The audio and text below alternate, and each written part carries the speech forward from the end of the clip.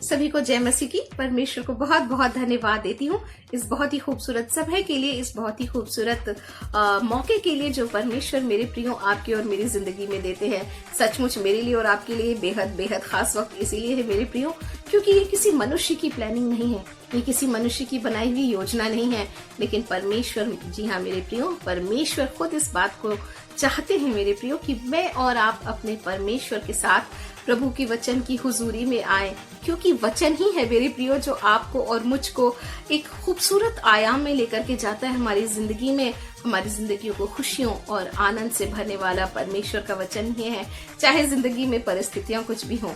पर मैं और आप जानते हैं मेरे प्रियो, जब हम अपने परमेश्वर के वचन के करीब आ जाते हैं तो मेरी और आपकी जिंदगी में वो आनंद का विषय बन जाता है, वो आनंद का सोता मेरे और आपके अंदर बन जाता है। परमेश्वर को दिल की गहराई से धन्यवाद देती हूँ और इसी बारे में परमेश्वर का वचन पहला थिस्सलुनीकियों 5 अध्याय के 16 पद में कहता है, यहाँ लिखा है, सदा आनंदित रहो। परमेश्वर के नाम की महिमा हो। सचमुच परमेश्वर का वचन आपको और मुझको एक खूबसूरत बात कहता है मेरे प्रियो, और वो कहता है कि तुम सदा आनंदित रहो। अगर फिलिपियों 4 अध्याय उसके 4 पद को मैं और आप देखें, यहाँ परमेश्वर के दास लिखते हैं, प्रभु में सदा आनंदित रहो, मैं फिर कहता हूँ आनंदित रहो। Praise the Lord. परमेश्वर को दिल की गहराई से धन्यवाद देती हूँ। मैं और आप सोचते होंगे इस संसार में भला मुझको और आपको कौन आनंदित होने के लिए कह सकता है, आखिर कौन सी वजहें हो सकती हैं। यूं तो शायद मेरे और आपकी जिंदगी में, हमारी रोजमर्रा की जिंदगी में परमेश्वर ने बहुत ही खूबसूरत मौके मेरे और आपकी जिंदगी में दिए हैं, जहां मैं और आप खुशियों को बना सकते हैं, खुशियों को बांट सकते हैं, एक दूसरे के साथ खुशियों में शामिल हो सकते हैं। लेकिन जब परमेश्वर की बात आती है मेरे प्रियो, जब परमेश्वर के वचन की बात आती है तो पिता का वचन कहता है कि प्रभु में आनंदित रहो। Praise the Lord. कितनी खूबसूरत बात है।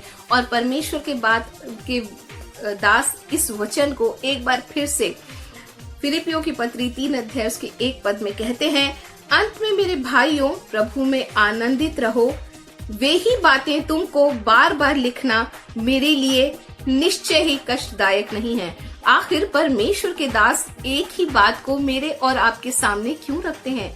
परमेश्वर में आनंदित रहो, मैं कहता हूँ आनंदित रहो, सदा आनंदित रहो। और फिर परमेश्वर के दास लिखते हैं कि इस बात को बार बार लिखने में मुझे कोई कष्ट महसूस नहीं हो रहा है। जी हाँ मेरे प्रियो, इस बात को कहने के पीछे एक बहुत ही खूबसूरत वजह है। वचन आगे कहता है, परंतु इसमें तुम्हारी सुरक्षा है। Praise the Lord. भला हम में से किसने कभी सोचा था कि परमेश्वर में आनंदित होना मेरे प्रियो, संसार की बातों में नहीं मगर परमेश्वर में आनंदित होना मेरे लिए और आपके लिए सुरक्षा की वजह बन जाएगी। परमेश्वर को दिल की गहराई से धन्यवाद देती हूँ और इसलिए मैं कहती हूँ कि परमेश्वर का वचन ही है मेरे प्रियो जो आपको और मुझको उस खुशियों के स्तर पर लेकर के जाता है। यहाँ परमेश्वर के दास लिखते हैं कि इसमें तुम्हारी सुरक्षा है। Praise the Lord. शायद ही हमने कभी अपनी जिंदगी में सोचा होगा कि परमेश्वर में आनंदित होना मेरे लिए और आपके लिए हमारी सुरक्षा का कारण हो जाएगा।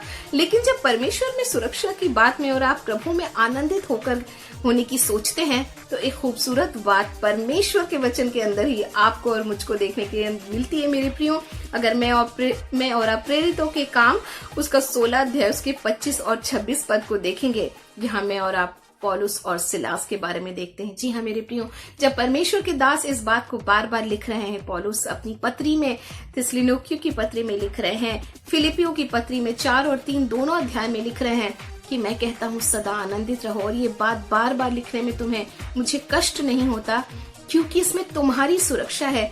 क्योंकि इस बात को उन्होंने अपनी जिंदगी में महसूस किया जब वो बंदी गृह में डाले गए। और मैं और आप देखते हैं कि उनको वचन कहता है कि उनके जो पैर थे वो जंजीरों से जकड़कर ठोके गए थे, है ना।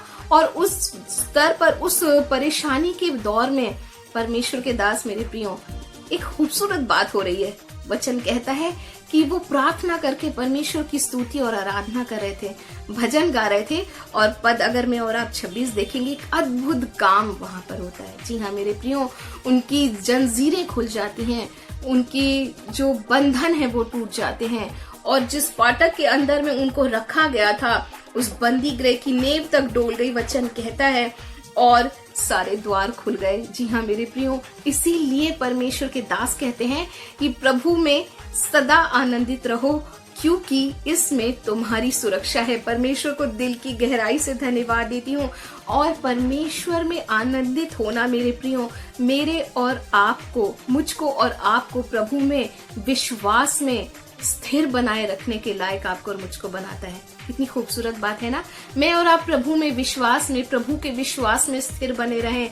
ये परमेश्वर में आनंदित होना ही मुझको और आपको स्थिर कर सकता है। परमेश्वर को दिल की गहराई से धन्यवाद देती हूँ। और इतना ही नहीं, मेरे और आपके प्रभु जब आपको और मुझको कहते हैं कि प्रभु में आनंदित रहो मेरे प्रियो, तो ये आनंद ही है मेरे प्रियो जो आपको और मुझको, मेरे और आपके आत्मिक, हमारी मानसिक स्तर से हमें नीचे गिरने नहीं देते, मगर आपको और मुझको दृढ़ बनाते हैं, मजबूत बनाते हैं। परमेश्वर में दृढ़ता से खड़े हम हो सकते हैं जब मैं और आप प्रभु में आनंदित होते हैं, क्योंकि हम प्रभु में विश्वास करते हैं मेरे प्रियो।